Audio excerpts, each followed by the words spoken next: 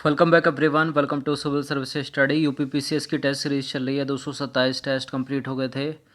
यह है test number 228 228 और इसमें हम फोकस करने वाले हैं मॉडर्न हिस्ट्री के प्रश्नों पर। तो चलिए स्टार्ट करते हैं। एक प्रश्न को पढ़ने के बाद 2 से 3 सेकंड का टाइम मिलेगा अपना भी सोचना कि आंसर क्या होगा। तो क्वेश्चन नंबर 1 पर आ जाइए। निम्नलिखित में से किसने कालिदास की प्रसिद्ध रचना का नाम है अभिज्ञान शाकुंतलम का पहली बार अंग्रेजी में अनुवाद किया था? किसने किया था? Charles Wilkins, Henry Colebrooke, sir William Jones या फिर उपरोक्त में से कोई नहीं, कोई और हो सकता है। देखिए इसमें है answer option number C, sir William Jones. Abhijnan Shakuntalam का अंग्रेजी में अनुवाद पहली बार सबसे। तो सर विलियम जोन्स जो हैं वो वॉरेन हेस्टिंग के समय कलकत्ता उच्चतम न्यायालय के न्यायाधीश नियुक्त हुए और इनकी प्रेरणा पर 1784 में एशियाटिक सोसाइटी की स्थापना हुई तथा यह स्वयं इसके सभापति नियुक्त हुए। 1789 में इन्होंने कालिदास द्वारा रचित अभिज्ञान शाकुंतलम का अंग्रेजी में अनुवाद किया। क्वेश्चन नंबर 2 पर आ जाइए। किसे पेरिस की रॉयल एशियाटिक सोसाइटी की सदस्यता प्रदान की गई थी? किसको की गई थी इनमें से? रॉयल एशियाटिक सोसाइटी की सदस्यता पेरिस की दादा भाई नौरोजी, राजा राम मोहन राय, विवेकानंद या फिर माइकल मधुसूदन दत्त। बताइए क्या है आंसर। 2 से 3 सेकंड का टाइम है। देखिए माइकल मधुसूदन दत्त। तो पेरिस की रॉयल सोसाइटी की स्थापना, पेरिस की रॉयल सोसाइटी की जो सदस्यता है वो माइकल मधुसूदन दत्त को प्रदान की गई थी। क्वेश्चन नंबर 3 पर आ जाइए। वाराणसी में प्रथम संस्कृत महाविद्यालय की स्थापना किसने की थी? ये इंपॉर्टेंट है प्रश्न, कई बार सामने आया होगा। क्या है इसका आंसर? Warren Hasting? गलत। फिर क्या है? Jonathan Duncan, option number A. तो 1791 में बनारस में, कहाँ पर? बनारस के ब्रिटिश रेजिडेंट जोनाथन डंकन के प्रयत्नों के फलस्वरूप बनारस में पहला संस्कृत कॉलेज खोला गया। हंटर कमीशन की रिपोर्ट में विकास पर जोर दिया गया। बालिकाओं की शिक्षा, उच्च शिक्षा, प्राथमिक शिक्षा या फिर तकनीकी शिक्षा कौन सी थी? बताइए। प्राइमरी एजुकेशन, प्राथमिक शिक्षा पर जोर दिया गया था। तो 1854 के पाश्चात्य शिक्षा के क्षेत्र में प्रगति हुई। पाश्चात्य शिक्षा के क्षेत्र में हुई प्रगति की समीक्षा करने के लिए 1882 में, कब? 1882 में डब्ल्यू हंटर की अध्यक्षता में एक आयोग नियुक्त किया गया। इस आयोग की रिपोर्ट में प्राथमिक शिक्षा के सुधार एवं विकास पर जोर दिया गया था। नेशनल काउंसिल ऑफ एजुकेशन की स्थापना कब हुई थी?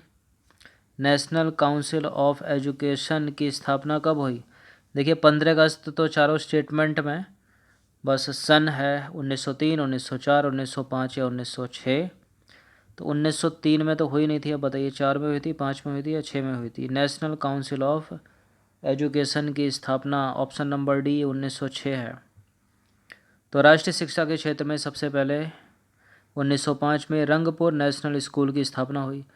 16 नवंबर 1905 को कलकत्ता में एक सम्मेलन का आयोजन किया गया और इस सम्मेलन में राष्ट्रीय साहित्यिक, वैज्ञानिक और तकनीकी शिक्षा देने के लिए राष्ट्रीय शिक्षा परिषद यानी नेशनल काउंसिल ऑफ एजुकेशन की स्थापना करने पर फैसला हुआ और 15 अगस्त 1906 को राष्ट्रीय शिक्षा परिषद की स्थापना हुई। ठीक है। क्वेश्चन नंबर 6 पर आ जाइए। ब्रिटिश सरकार के किस अधिनियम ने सबसे पहली बार भारत में शिक्षा के लिए 1 लाख रुपए प्रदान किए थे? ये प्रश्न कई बार सामने आया होगा, याद रखना। ये एक चार्टर है। कौन सा चार्टर है? 1813 का चार्टर, ऑप्शन नंबर बी। तो 1813 के चार्टर के तहत कंपनी में पहली बार शिक्षा के प्रति सरकारी उत्तरदायित्व उठाया। प्रतिवर्ष शिक्षा के लिए 1 लाख रुपए खर्च करने की व्यवस्था इस अधिनियम में की गई। पूरा सिस्टमेटिक कराया। यूपीएससी सिविल सेवा की टेस्ट सीरीज़ में सारे के सारे चार्टर कवर करा दिए हैं वहाँ पर हमने मॉडर्न हिस्ट्री में, उनको देख लेना। क्वेश्चन नंबर 7 पर आ जाइए। निम्नलिखित में से किसने भारत में अंग्रेजी शिक्षा की नींव पड़ी? किन से भारत में अंग्रेजी शिक्षा की नींव पड़ी? 1813 का चार्टर, दूसरे स्टेटमेंट में general committee of public instruction 1823, प्राच्य एवं आंग्लवेद विवाद। बताइए। केवल 1, केवल 2, केवल 3? या 1 2 3 भी है कोई ऑप्शन? भारत में इन सभी से अंग्रेजी शिक्षा की नींव पड़ी। 1813 का चार्टर भी इसमें शामिल है। General committee of public instruction 1823 भी इसमें, और प्राच्य एवं आंग्लविद विवाद भी इसमें। यह प्रश्न एक बार पूछा जा चुका है सीधा सीधा, इसी तरह से याद रखिएगा इसको। डी है इसका आंसर। तो उपरोक्त तीनों जो हैं भारत में अंग्रेजी शिक्षा की नींव में सहायता प्रदान की थी इन्होंने। क्वेश्चन नंबर 8 पर आ जाइए। भारतीय राष्ट्रवाद का पैगंबर किसे कहा जाता है? भारतीय राष्ट्रवाद का पैगंबर कौन है? दयानंद सरस्वती? नहीं। रविन्द्रनाथ टैगोर? नहीं। राजा राम मोहन राय? हाँ, बी। तो राजा राम मोहन राय को भारतीय राष्ट्रवाद का पैगंबर कहा जाता है, और भी बहुत सारी चीज़ें कहा जाता है इनको। पुनर्जागरण का पिता। निम्नलिखित में से किसे राजा राम मोहन राय के धार्मिक या सामाजिक विचारों के विरोध में प्रारंभ किया गया? किसको प्रारंभ किया गया? दिग्दर्शन, समाचार चंद्रिका, संवाद कौमुदी या बंगाल गजट? राजा राम मोहन राय के धार्मिक और सामाजिक विचारों के विरोध में शुरू किया गया किसको? समाचार चंद्रिका, ऑप्शन नंबर बी। तो राजा राम मोहन राय के धार्मिक या सामाजिक विचारों के विरोध में भवानी चरण बंदोपाध्याय ने कब 1822 में समाचार चंद्रिका का प्रकाशन शुरू किया? इससे पूर्व वे संवाद कौमुदी के संपादक थे। क्वेश्चन नंबर 10 पर आ जाइए। भारत सेवक समाज की स्थापना किसने की थी? भारत सेवक समाज की स्थापना किसने की थी? इम्पोर्टेंट है। महात्मा गांधी जी के राजनीतिक गुरु गोपाल कृष्ण गोखले ने की थी। तो भारत सेवक समाज की स्थापना गोपाल कृष्ण गोखले ने की थी। अच्छा, कब की थी? जरा कमेंट करो तो, कब की थी? यही पूछा गया सवाल, कब की थी? क्वेश्चन नंबर 11 पर आ जाइए। निम्नलिखित कथनों में से कौन सा कथन सही नहीं है, मतलब गलत होगा? देखते हैं कौन कौन से स्टेटमेंट हैं। डॉक्टर एनी बेसेंट थियोसोफिस्ट थी? बिल्कुल थी। थियोसॉफिकल सोसाइटी का अंतर्राष्ट्रीय मुख्यालय मद्रास में है। सोचिए, इसका नहीं बताएंगे आंसर अभी। स्वामी दयानंद सरस्वती ने आर्य समाज की स्थापना की? ये तो सभी को पता होगा, आपने देखा होगा, बहुत सारे एग्जाम में पूछा गया प्रश्न है। महात्मा गांधी का जन्म गांधीनगर में हुआ था क्या, या अहमदाबाद में हुआ था? देखिए, तो देखिए पहला तो करेक्ट हो गया यहाँ पर। और महात्मा गांधी का जन्म सभी को पता है ना, अहमदाबाद में हुआ ना गांधीनगर में, पोरबंदर में हुआ था ना इनका, मद्रास में था थियोसॉफिकल सोसाइटी का अंतर्राष्ट्रीय मुख्यालय। करेक्ट है। आर्य समाज की स्थापना, ये तो जग जाहिर है, सबको पता होगा। तो महात्मा गांधी का जन्म 2 अक्टूबर 1869 को पोरबंदर गुजरात में हुआ था। क्वेश्चन नंबर 12 पर आ जाइए। ब्रह्म समाज रामकृष्ण मिशन, ब्रह्म समाज, रामकृष्ण मिशन और आर्य समाज में क्या समानता थी, बताइए क्या समानता थी? तीनों ही राजनीतिक उद्देश्यों के लिए नहीं बने, लेकिन तीनों ने ही देशभक्ति की भावना के विकास में सहायता दी। बिल्कुल करेक्ट है पहला ही स्टेटमेंट। तो ब्रह्म समाज, रामकृष्ण मिशन और आर्य समाज तीनों ही संगठन समाज सुधार, शिक्षा के विकास और देशभक्त की भावना के विकास में सहायक सिद्ध हुए। यह तीनों ही संगठन राजनीतिक उद्देश्यों के लिए नहीं, बल्कि इनका उद्देश्य भारत में सामाजिक, धार्मिक, सांस्कृतिक सुधार करना था। इन तीनों ने ही देशवासियों को जागृत कर देशभक्त की भावना में सहायता दी।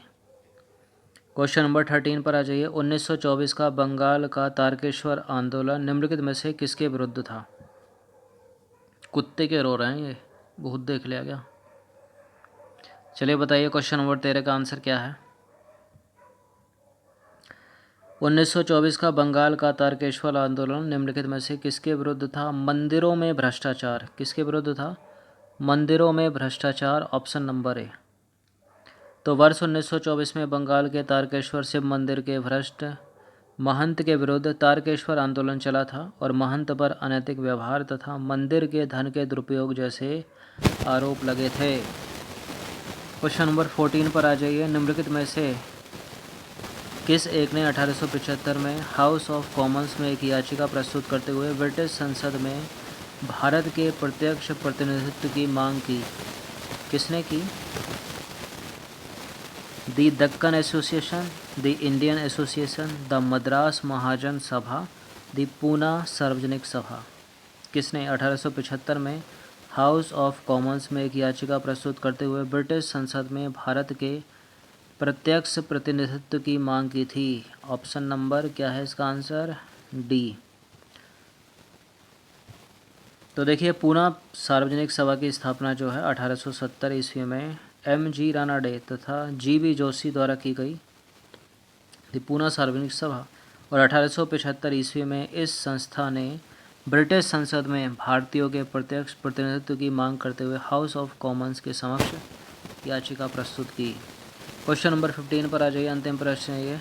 निम्नलिखित में से जिस राजनीतिक संगठन की स्थापना 1838 में हुई उसका नाम क्या था, बताइए।